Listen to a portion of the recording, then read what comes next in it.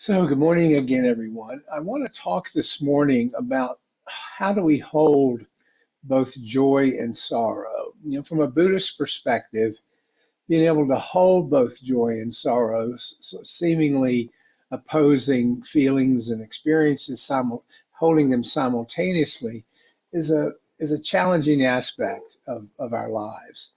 But doing so is really a key to finding peace, freedom, serenity, and so forth. As you know, the Buddha taught that life is characterized by dukkha, which is often translated as suffering or unsatisfactoriness, and it arises from our attachment to impermanent things and wanting them to be permanent, and our desire for life to be different than it is. But life is also, and the Buddha also recognized that life is filled with moments of joy and happiness and beauty and awe and just wonderful, wonderful, rich things. So, from a Buddhist perspective, holding both joy and sorrow simultaneously can be a pretty important and fundamental aspect of our practice. When we experience joy, we appreciate it, we savor it, but we also have to recognize that it's fleeting and impermanent and it will pass. And when we experience sorrow, we can acknowledge it, we can not run away from it, we can feel it deeply, but we remember there also that it is impermanent and that will eventually subside. So, with that sort of context, with that sort of setting that stage, I want to talk a little bit this morning about what I call harvesting. And simply put, it's a means by which we take stock of recent experiences in our lives. We do an inventory of our choices, be they skillful or unskillful, which is where our awareness of our tendency toward reactivity, which we talked about on Saturday, becomes so important.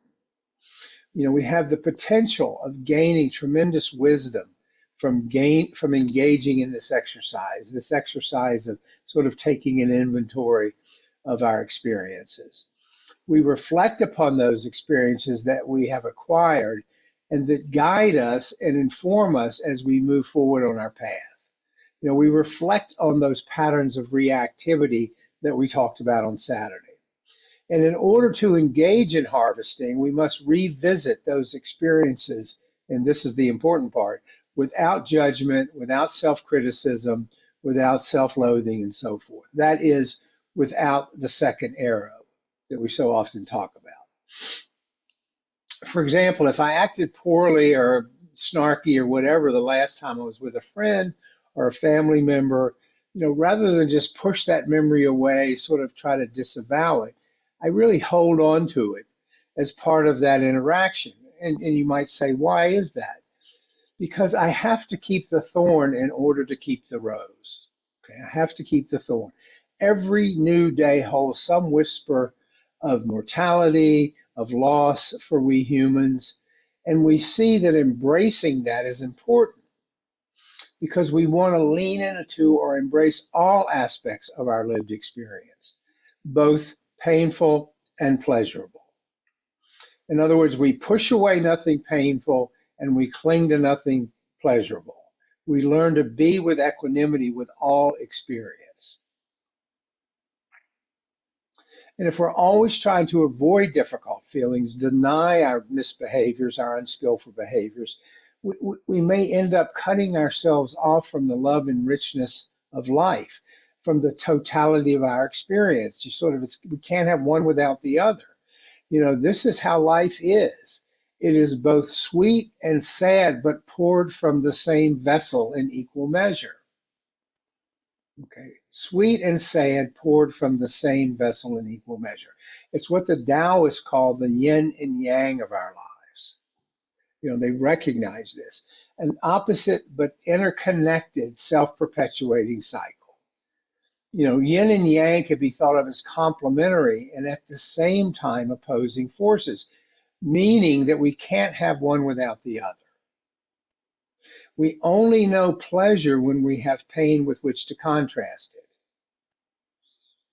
We only know pain when we have pleasure with which to contrast it. This is the central paradox of our lives. This is the central paradox of the human experience.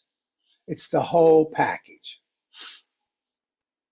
I was talking to someone recently about the sorrow that accompanies being separated from a loved one. They were getting ready for that to happen, and they were suffering significantly.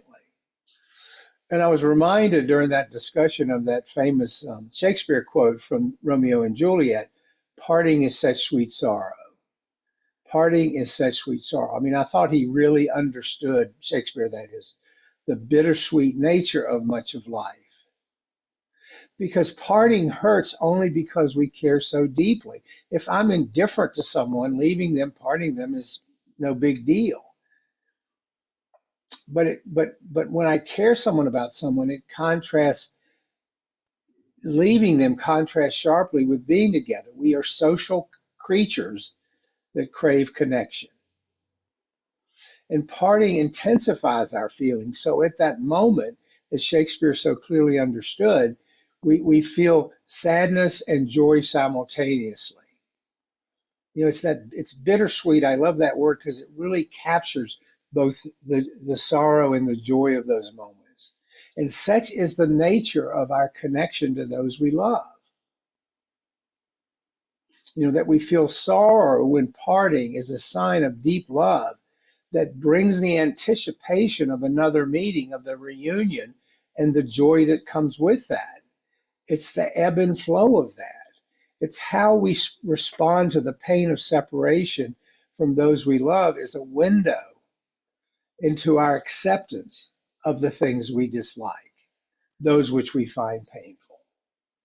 We harvest our memories as part of a gratitude practice. Gratitude for the totality of our experience because each moment is a teacher, each interaction is a teacher, and for the bittersweet nature of all that is this life.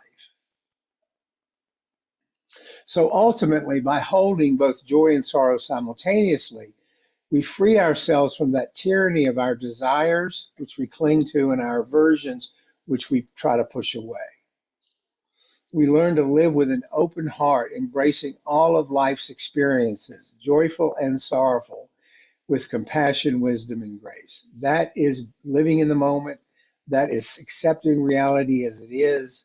And in doing so, we move ever closer to the ultimate goal of our Buddhist practice, the lessening of suffering and the realization of our true nature as interconnected, interdependent beings in this vast, impermanent, and ever changing universe.